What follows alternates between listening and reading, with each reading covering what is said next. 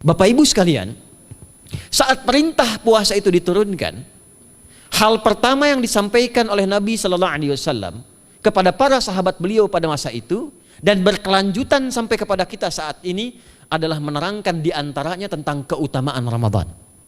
Untuk menjawab sekaligus mengentaskan hoaks yang pada saat itu dibangun oleh orang-orang Yahudi yang tinggal di Madinah.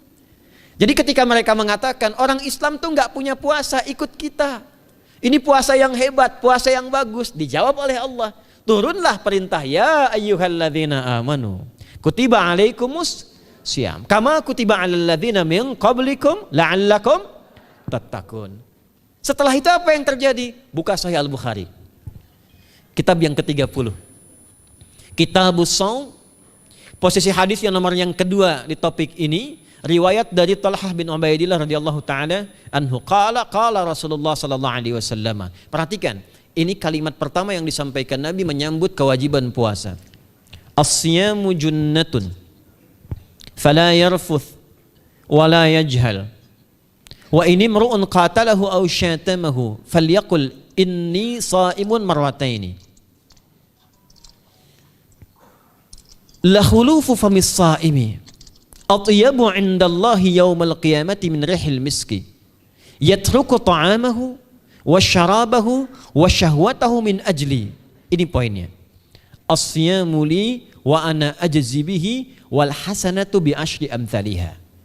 Kata Nabi, puasa kita ini yang kita tunaikan spesial, beda dengan yang lainnya. Jadi ketika Yahudi mengatakan puasa kami ini puasa yang hebat, yang bagus, yang diikuti oleh umatnya Muhammad sallallahu alaihi wasallam. Turun ayat, komentar Nabi pertama apa? Puasa kita kepada para sahabat, kepada kita semua, ini puasa yang spesial. As-siyamu. Lihat diksinya. Awas Pak ya, Ibu jangan salah baca. As-siyam, bukan asyab. As-siyam. Disebutkan 9 kali dalam Al-Quran. Ada as-saum, ada as-siyam, itu beda. Kalau saum, sekali disebutkan dalam Al-Quran, surah 19 ayat 26. Saum itu masih umum, kata umum untuk menunjuk kata imsak, menahan secara umum. Bisa berarti puasa yang ada ketentuan aturan, bisa berarti menahan secara singkat. Apa saja yang bersifat menahan, itu saum namanya. Contoh Sayyidah Maryam misalnya, beliau masih makan. Ya, ayat 24, 25 itu masih makan. Goyangkan pohon korma, jatuh kormanya, makan kormanya. Mau minum, ambil airnya, minum. Masih makan, masih minum. Cuman diminta untuk saum. Apa saumnya? Inni nadhartu lirrahmani sauma falam ukallimal yauma insiya. Jangan bicara pada siapapun.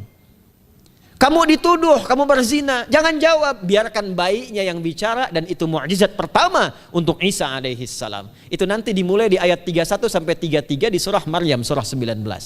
Tapi beliau diperintahkan saum. Saumnya apa? Jangan bicara. Jadi kalau bapak masih makan, masih minum, cuman gak mau bicara dulu sama ibu, itu saum. Mau kemana Bi? Kok gak jawab? Kenapa gak bicara? Sedang saum. Saum apa? Gak mau bicara sama mama. Itu bicara, contoh. Itu saum. Kalau siam, 9 kali disebutkan dalam Al-Quran, itu khusus, spesifik. Ada aturannya, ada ketentuannya, nggak boleh sembarangan, nggak bisa kemudian seenak kita melakukannya. Ada ketentuan yang dibuatnya dan itu harus diikuti. Begitu diikuti, maka keagungan dan keistimewaan ibadah itu akan dilekatkan pada pelakunya. Dan menariknya, perintah puasa itu ketika turun ayatnya Al-Baqarah 183, kalimatnya bukan menggunakan saum tapi siyam. Ya ayyuhalladzina amanu kutiba alaikumus. Nah kata Nabi, asyamu junnatun. Kalau benar puasa kita ini, kita tunaikan yang Ramadan ini, maka dia akan melahirkan satu yang tidak ditemukan pada ibadah lain, yaitu junnah. Ada jinnah, ada jannah, ada junnah. Itu beda. Tapi semua katanya, itu hurufnya sama, cuma harokatnya beda. Coba lihat ya, ada junnah, jinnah, dan jannah. Jannah artinya apa? Surga. Jinnah artinya apa? Jin. Jamak dari kata jin. Minal jinnati wan nas. Baik ya. Ada junnah. perisai. Itu ketiga-tiganya berasal dari huruf jim, nun, kemudian ta. Dalam bahasa Arab, setiap ada huruf dimulai dengan jim dan nun, itu pasti tersembunyi, gak kelihatan. Saya ulang ya, setiap ada huruf dimulai dengan jim dan nun, kalimatnya itu pasti gak nampak, gak kelihatan. Janin, kenapa disebut janin? Karena masih tersembunyi dalam rahim ibundanya, gak kelihatan. Begitu keluar, tampak jadi bashar, jadi bayi yang terlihat. Jin, kenapa disebut dengan jin? Karena gak nampak. Makanya fitrah jin itu Pak, Ibu, fitrahnya tersembunyi. Jadi kalau ada jin melakukan penampakan, itu jin sedang punya masalah. Betul, itu nyata. Dan yang lebih punya masalah, ada orang-orang manusia yang mencari-cari penampakan jin. Itu sedang kurang sehat itu. Ya, betul, karena jin itu dipasangkan di Al-Quran dengan ins. 18 kali pasangan ini disebutkan, itu lawannya langsung. Jadi jin tersembunyi, ins nampak. Ins itu kelihatan, makanya makhluknya tampak. Jadi kalau ibu ada bapaknya pulang ke rumah sembunyi-sembunyi, itu bapak sedang menjadi bukan.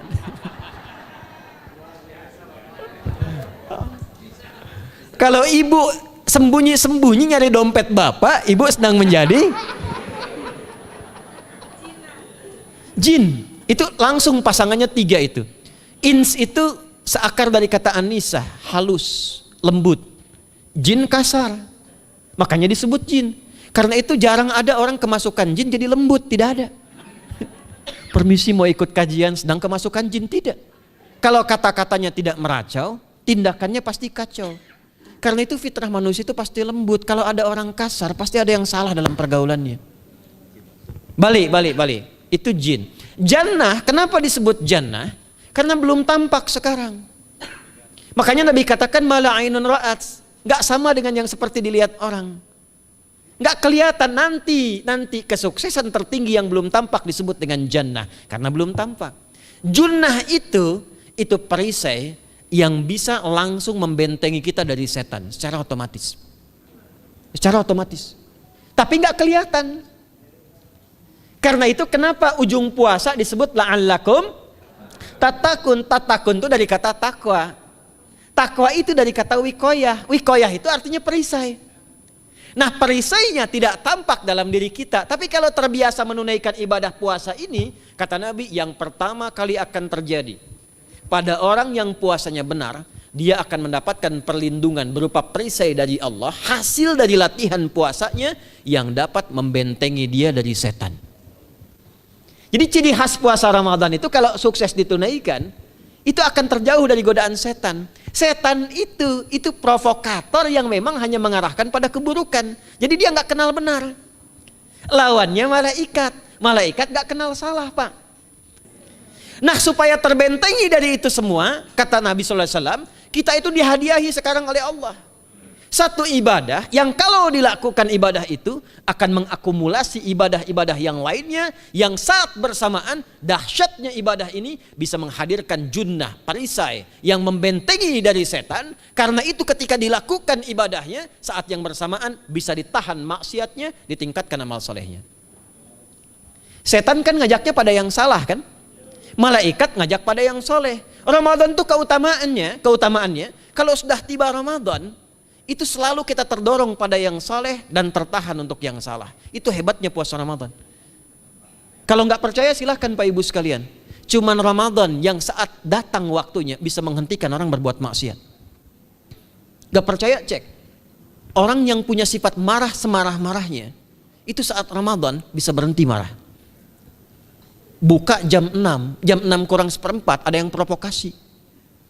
Dia bisa tahan marah tuh, istrinya bingung, tumben Pak nggak marah, entar habis maghrib. Bisa ditahan. Orang dusta bisa nggak dusta. Dan saat yang bersamaan, teman-teman sekalian, Bapak Ibu, itu bisa terdorong berbuat meningkatkan amal soleh. Sekarang kita keluar dari sini, ada yang minta, belum tentu dikasih. Nanti Ramadan tiba, sudah nyatet berapa yatimnya, berapa du'afanya. Amal soleh naik. Sekarang ada orang ketinggalan sholat fardu terlambat masih biasa. Ramadan ketinggalan sunnah itu gelisah. Betapa ibu-ibu para pejuang yang sangat luar biasa itu berjuang memperebutkan saf pertama setelah maghrib untuk menaruh sejadah. Ah, ini pelakunya nih. Tapi itu hebat, Bu. Saya tanya ibu kalau berjuang naruh sejadah setelah maghrib atau bahkan sebelum maghrib, itu sejadah disimpan di saf itu untuk ngejar sholat apa? Tarawih, bukan isanya. Saya tanya pada ibu, tarawih itu hukumnya sunnah atau wajib? Sunnah. Ramadan tuh jangan kan yang fardu, ketinggalan sunnah bisa gelisah. Itulah Ramadan. Dan pada saat itulah ketika amal soleh dikerjakan, amal salah ditinggalkan, datanglah junnah, itu perisai yang mengikat setan. Itu yang dimaksudkan di hadis Muslim. Di topik yang ke-13 namanya Kitabus Syam. Hadis yang pertama dari sahabat Abu Hurairah. An Abi Hurairah radhiyallahu ta'ala anhu, anin Nabi sallallahu alaihi wasallam qala, "Idza jaa Ramadhanu." Redaksi yang pertama. Redaksi yang kedua yang bintang 3 di bawahnya. "Idza kana Ramadhanu." Redaksi ketiga yang bintang 4 di bawahnya. "Idza dakhala Ramadhanu." Muhammadiyah itu harus tahu dalil. Ya. Tahu dalil tuh, ya.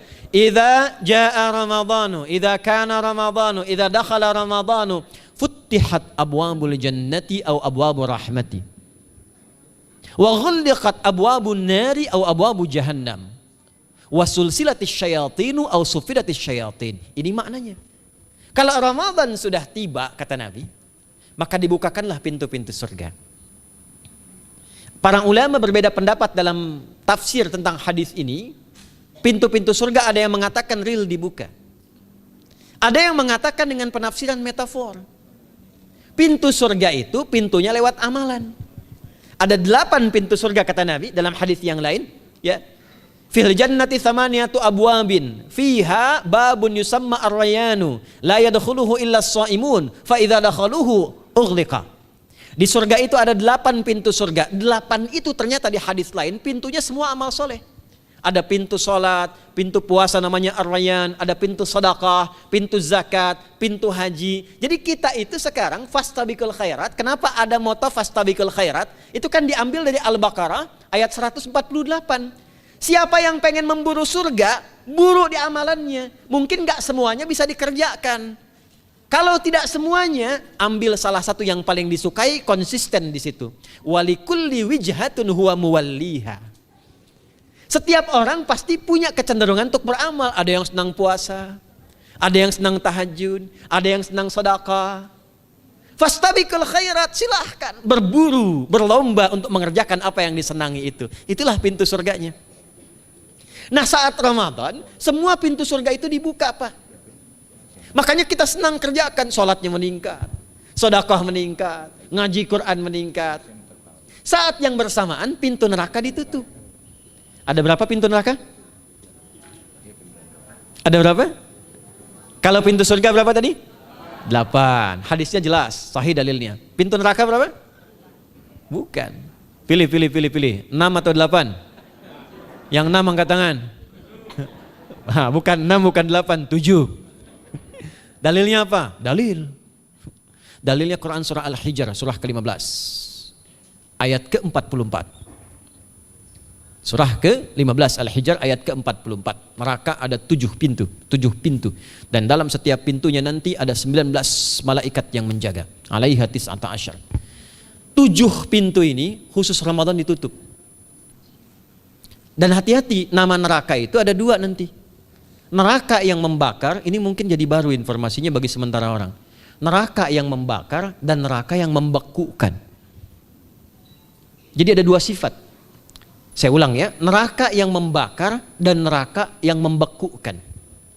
Yang membakar disebut dengan Jahannam, yang membekukan disebut dengan Zamharir namanya. Zamharir. Jadi kalau ada orang masuk neraka, itu cuma 2 pilihannya, dibekukan atau dibakar. Jelas ya? Makanya kita dikasih pendahuluan, ada musim panas, musim dingin. Supaya merasakan, nih orang musim dingin nih pakai lapisan-lapisan baju. Musim panas cari pendingin. Kamu sekarang cari pendingin, kata Allah, di neraka nggak ada AC. Kamu sekarang pakai berlapis-lapis, di neraka beku. Jahannam itu nama apinya. Jadi nar yang membakar itu nama apinya Jahannam. Jahannam itu nama apinya. Untuk membedakan dengan api yang ada di dunia dan api yang bahan bakarnya jin dan setan saat diciptakan. Setan itu dicipta dari api. Ya, setan kan asalnya dari iblis. iblis dari jin. Setan Al-Baqarah ayat 36. Dari iblis Al-Baqarah 34. Iblis dari jin, Quran surah Al-Kahf ayat 50. Kana minal jinni fa fasaqa an amri rabbi. Jin dari api yang menyambar-nyambar, Quran surah 15 ayat 27. Wal janna khalaqnahu min naris samum. Karena narnya narus samum, maka apinya mesti beda. Karena itulah nanti nerakanya yang membakar disebut dengan jahannam. Pintunya 7, namanya banyak. Ada sa'ir, ada lava, ada neraka hutamah. 7 pintu, besarnya disebut dengan jahannam. Khusus Ramadan tutup. Ramadan tutup. Wasulsilati syayatin. Setan itu dibelenggu, diikat rapat. Bagi orang yang mau puasa benar. Awas hati-hati. Bagi orang yang mau puasa benar, karena itu kalimatnya asyamu junnatun. Kalau benar puasanya, metafornya amalan dia bisa mengikat setan. Tapi kalau puasanya nggak benar, tetap digoda juga.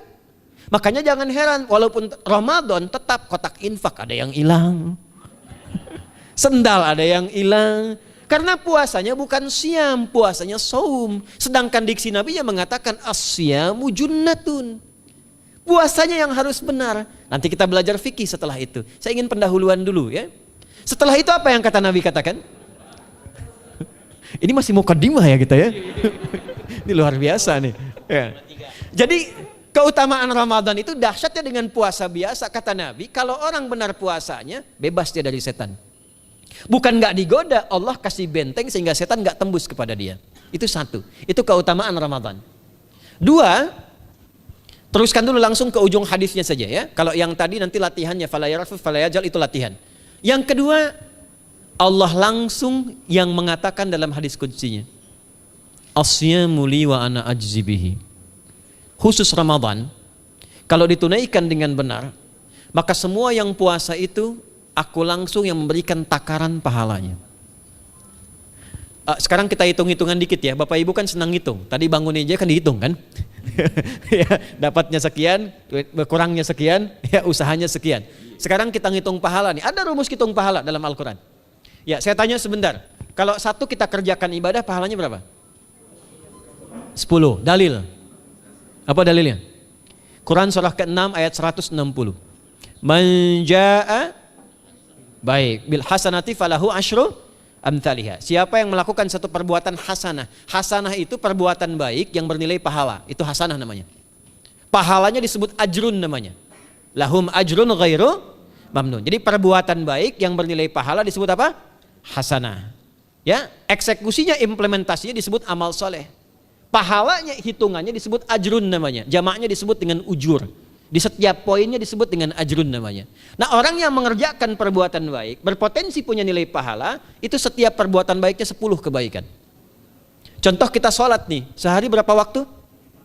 5. Berapa rakaat? 17. Al-Fatihahnya 18 atau 19 kali? 17 kali ya. Kalau 18 kali berarti subuhnya 3 rakaat.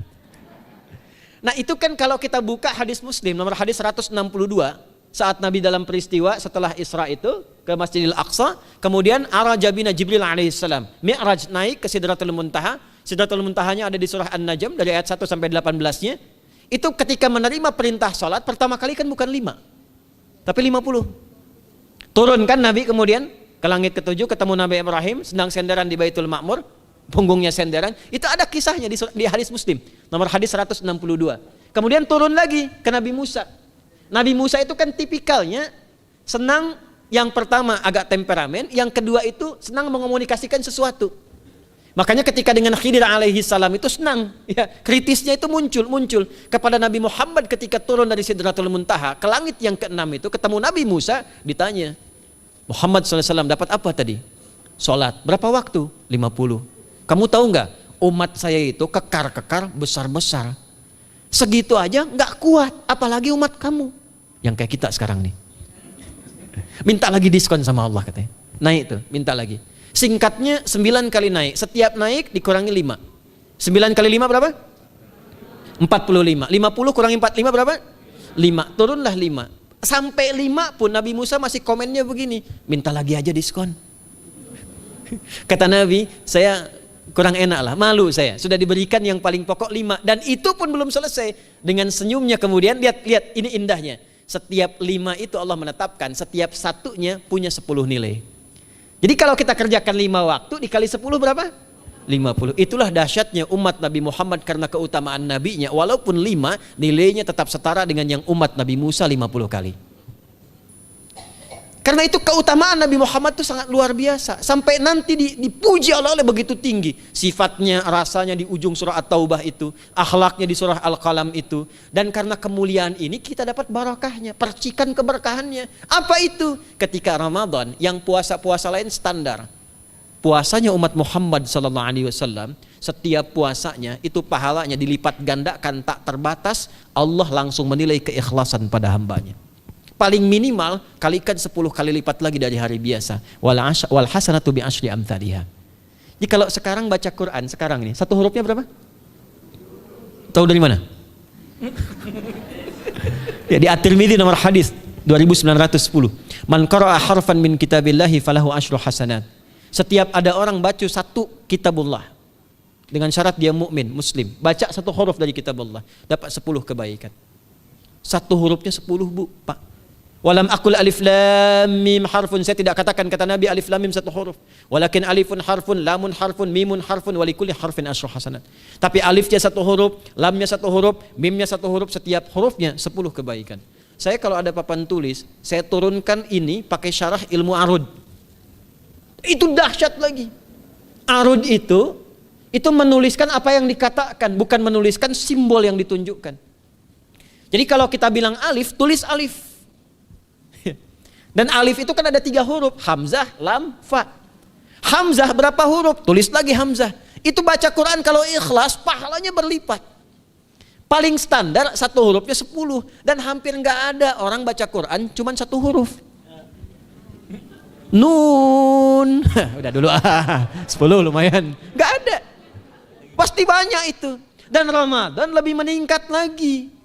Dan dikalikan 10 lagi, itu paling standarnya 1 huruf 100, Pak, Bu. Makanya Ramadan itu limpahan pahala. Rugi orang kalau nggak ibadah saat Ramadan itu. Nabi aja itu tadarusan Quran sekali khatam.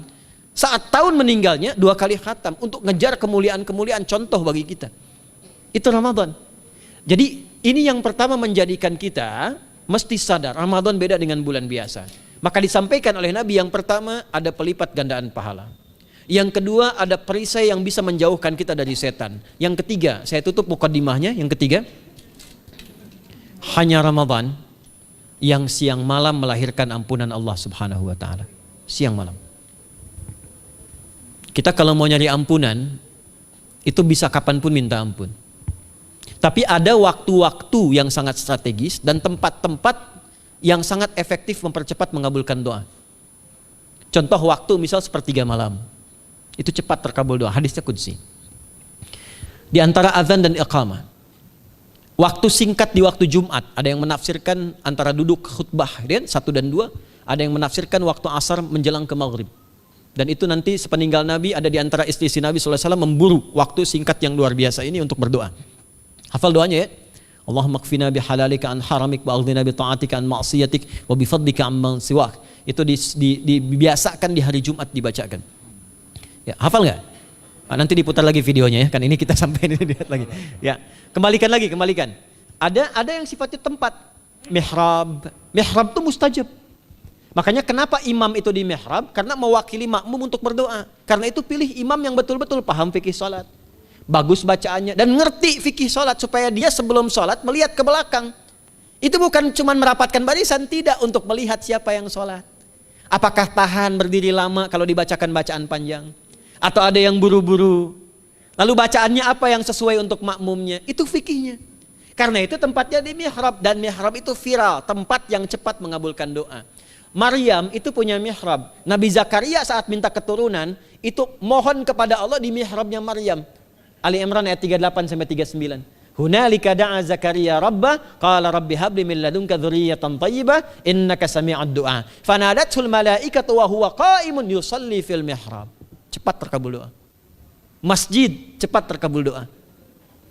Tapi Ramadan itu menggabungkan semuanya. Enggak usah tunggu sepertiga malam. Siangnya diampuni, malamnya diampuni. Apa dalilnya? untuk malam lekat dengan ibadah qiyam namanya. Man qama ramadhana imanan wahtisaban ghufira lahu ma taqaddama min. Siapa yang mampu menghidupkan Ramadan di malam harinya.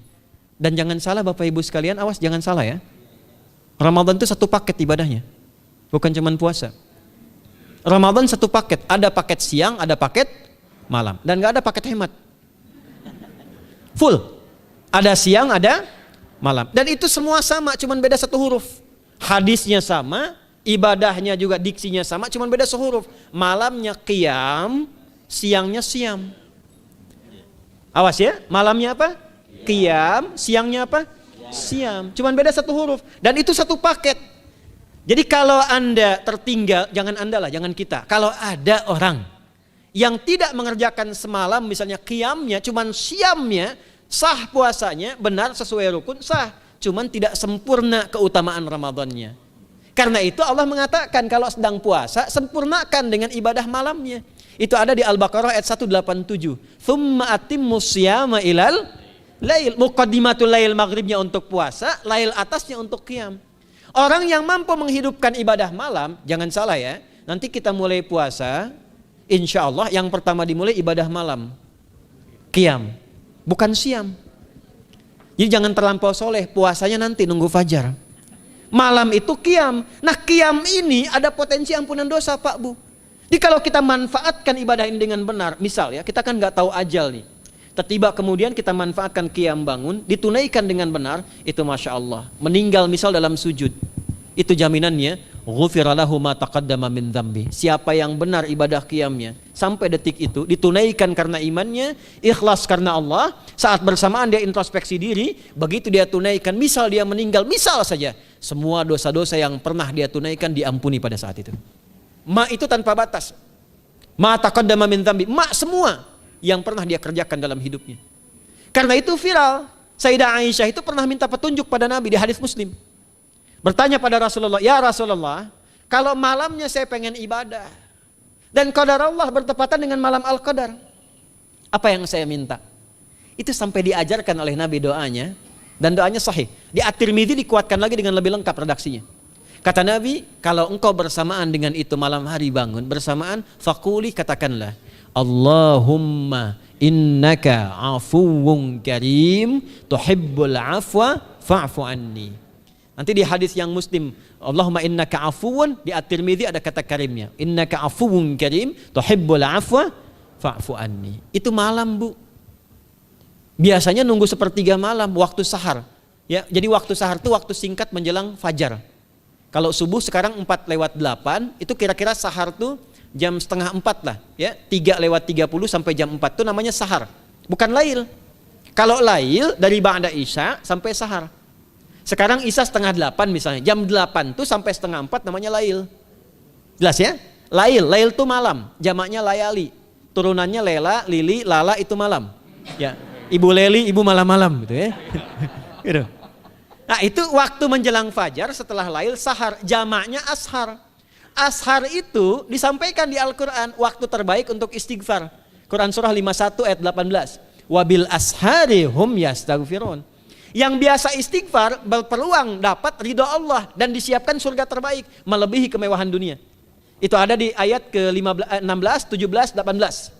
Ya, dari ayat 15-nya, 16-nya, 17-nya adalah untuk yang saharnya, 16-nya itu kalimatnya.